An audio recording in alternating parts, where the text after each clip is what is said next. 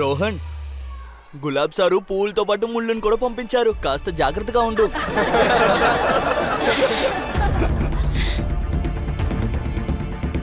వీడో పెద్ద తలనొప్పి అయిపోయాడు. నాన్న నన్ను బాగా ఇరికించేశాడు. బయట వాళ్ళు క్లాసులోకి రాకూడదు. మీరు కొంచెం బయటికి వెళ్తారా?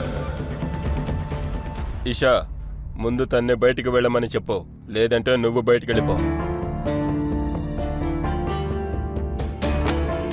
వెళ్తాను, కానీ ఒక కండిషన్. ఇతను నీకు దూరంగా కూర్చోవాలి.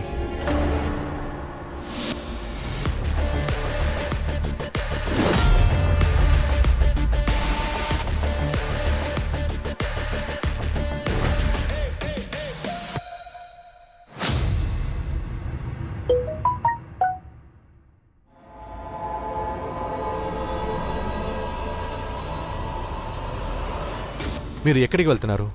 పై నుంచి దూకడానికి. వస్తావా నాతో?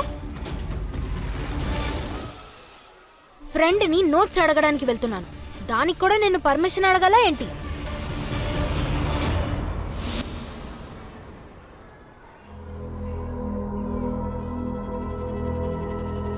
నువ్విక్కడేం చేస్తున్నావు? పో, బయటికి వెళ్ళి నుంచో. చెప్పింది అర్థం కాలేదా? అర్థమైనట్టు చెప్తాను, ఆగు.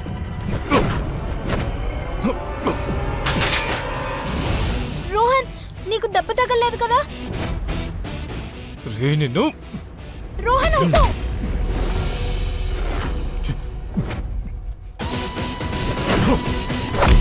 రోహన్, ఏం కాలేదు కదా?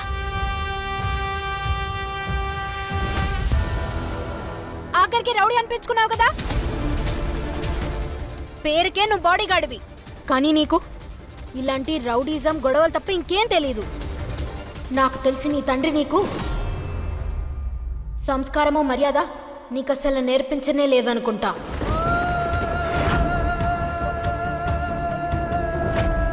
వీడు నా కొడుకు కాదు. పోయిన జన్మలో చేసిన పాపానికి శిక్ష నాకు. చూసేవాళ్ళు వీళ్ళ నాన్న వీడికి గౌరవ మర్యాదలు నేర్పించలేదంటారు.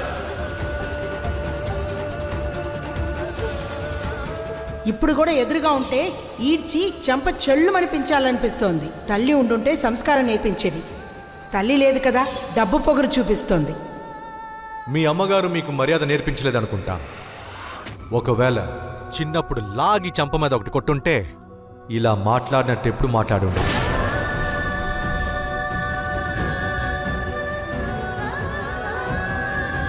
ఈ ఇంటి గౌరవ మర్యాదలు గాల్లో కలిపేసి వెళ్ళిపోయిందే మీ అమ్మ.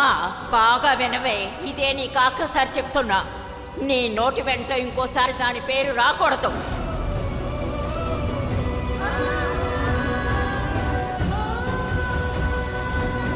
ఈషా, ఆగు.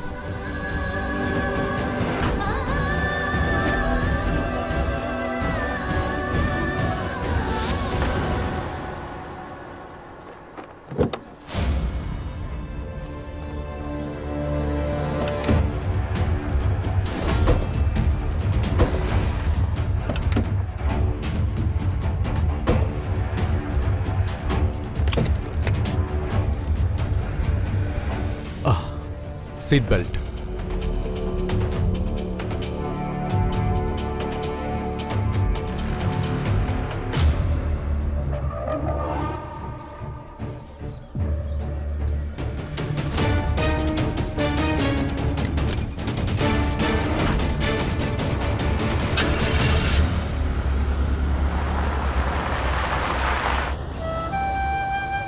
మీ అమ్మగారు మీకు మర్యాద నేర్పించలేదనుకుంటా. చిన్నప్పుడు లాగి చంప మీద ఒకటి కొట్టుంటే ఇలా మాట్లాడినట్టు ఎప్పుడు మాట్లాడి ఉండరు.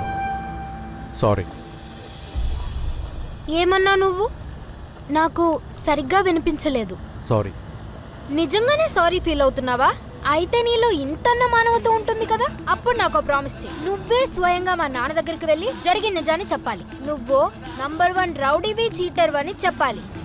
అంతేకాదు, మా నాన్నకి నీకు ఈ ఉద్యోగం నచ్చలేదని కూడా చెప్పాలి.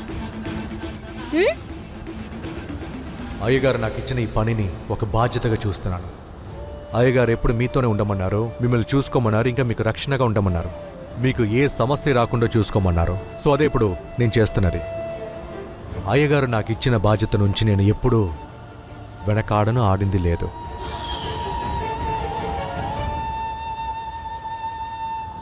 అబ్బా అదా సంగతి. ఇక చూడు, నీ యజమాని నిన్ను స్వయంగా పనిలో నుంచి తీసేస్తాడు.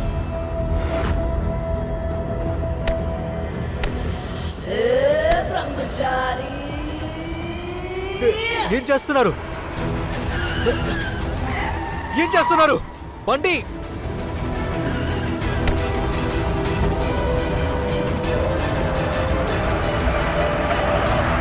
వద్దు, వద్దు, వద్దు, వద్దు.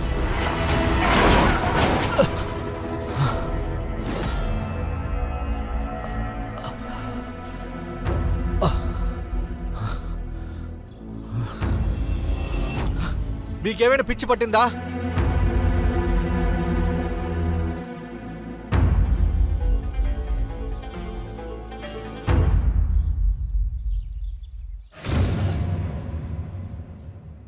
మీరు ఇప్పుడు ఎందుకు నవ్వుతున్నారు? ఈ పాటికి మన ప్రాణాలు పోయి ఉండొచ్చు. ప్రాణం పోతుందిలే. నా ప్రాణం కాదు, నీ ప్రాణం మాత్రమే. నేనే మా నాన్నకేం చెప్తానంటే, మొదటి రోజే మీ విశ్వాసపాత్రుడైన నమ్మకస్తుడైన మీ బాడీగార్డు, ఇంతకీ నీ పేరేంటి? పర్వాలేదులే, నీ పేరేదైనా, తన కూతుర్ని రక్షించలేకపోయాడని. అసలు విషయం ఏంటంటే, నెమలికల వల్ల నాకు ర్యాషెస్ వచ్చాయని మా నాన్న మొత్తం ఇంటినే తలకిందులు చేసేశాడు. ఇకేప్పుడు ఈ గాయం చూశాడనుకో, ఆలోచించుకో, నాన్న నీ తోలొలిచేస్తాడు, నిన్ను తన్ని తగలేసి బయటికి పంపించేస్తాడు. ఏంటలా చూస్తున్నావు? నీకెంత మంచి ఆఫర్ ఇచ్చాను, కానీ నువ్వు ఈ ఉద్యోగం వదిలి వెళ్ళడానికి ఇష్టపడకపోతే అనుభవించు.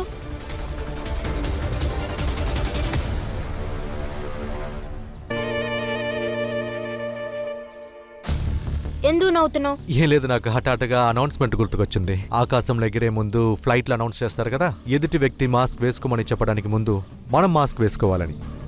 అందువల్ల నేను అలాంటిది ఒకటి చేశాను. అర్థం కాలేదు కదా? ఇప్పుడు చూడండి.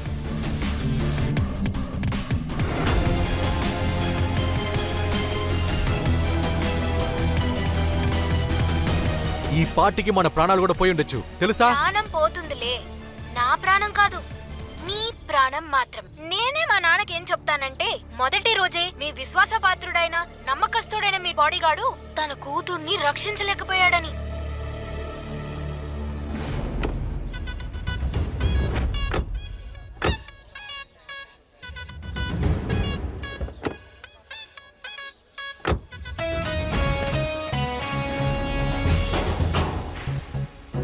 ఈ విషయం ఉందే, రౌడీజం బుక్లో ఉన్న మొదటి పాఠం. ఈ విషయాన్ని మీరు ఎవరి మీద ఉపయోగించారో తెలుసా? రౌడీజంలో పిహెచ్డి చేసినోడుతో. నాకేం అర్థమవుతుందంటే, ఈ కేసు ఒక క్లైమాక్స్ ఎలా ఉంటుందంటే, ఈ వీడియో చూసిన తర్వాత మీ నాన్నగారు ఉన్నారు కదా, మీరు ఎప్పటికీ బయటికి రాకుండా రూమ్లోనే లాక్ చేసేస్తారు. ఆ తర్వాత మీరు బయటికి వెళ్ళలేరు. తర్వాత మిమ్మల్ని చూసుకోవడానికి బాడీగార్డ్ అవసరం ఉండదు. నాన్నా, అమ్మా, నీకేం దెబ్బ తగలలేదు కదా? బాగున్నావుగా? అయ్యగారు, ఇతను నాకు మెసేజ్ పంపించడం చాలా మంచిదైందమ్మా. లేకపోతే ఇక్కడ జరిగిన విషయమే నాకు తెలిసేది కాదు.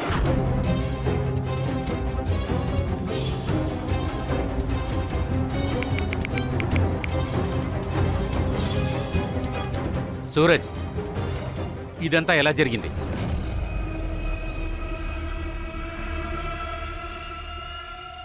అరే చెప్పవయ్యా. నాన్న, ఏం జరిగిందంటే, అయ్యగారు, ఇదంతా ఒక పిల్లి వల్ల జరిగింది అయ్యగారు. హఠాత్తుగా అది ఎక్కడి నుంచి బండికి ముందొచ్చి పడిందో తెలియలేదు. ఏం చేయాలో నాకు అర్థం కాలేదు. చాలా ట్రై చేశాను, ట్రై కానీ చేసావా? ట్రై చేయడానికి నేను పనిలో పెట్టుకుంది నా కూతురు సెక్యూరిటీ కోసం కదా. యాక్చువల్లీ ఏం జరిగిందంటే, నేను చాలా భయపడిపోయాను. నాకు అసలు ఏమీ అర్థం కాలేదు. అతని ప్రాణాన్ని కాపాడే ప్రయత్నంలో స్టీరింగ్ని తిప్పేశాను. ఐఎమ్ సారీ నాన్న. ఇలా చూడమ్మా, ఇతను ఉన్నాడు కదా, అతని పనేంటో అతనికి బాగా తెలుసమ్మా. వాడు ప్రాణాలు అడ్డుపెట్టానా నిన్ను కాపాడతాడు. వాడు నీ వెంట ఉన్నప్పుడు నువ్వు టెన్షను పడద్దు, అస్సలు నువ్వు భయపడకూడదమ్మా. తర్వాత అడవిలో ఉన్న పిల్లల్ని కంట్రోల్లో ఎలా తీసుకురావాలో వాడికి బాగా తెలుసు. ఇకపై వాడి విషయంలో నువ్వు ఎప్పుడు తలదూర్చొద్దు.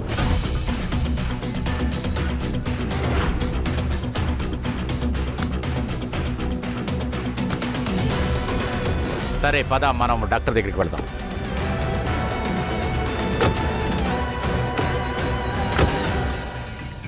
ఇవాళ నువ్వు నన్ను బ్లాక్మెయిల్ చేసి తప్పించుకున్నావు.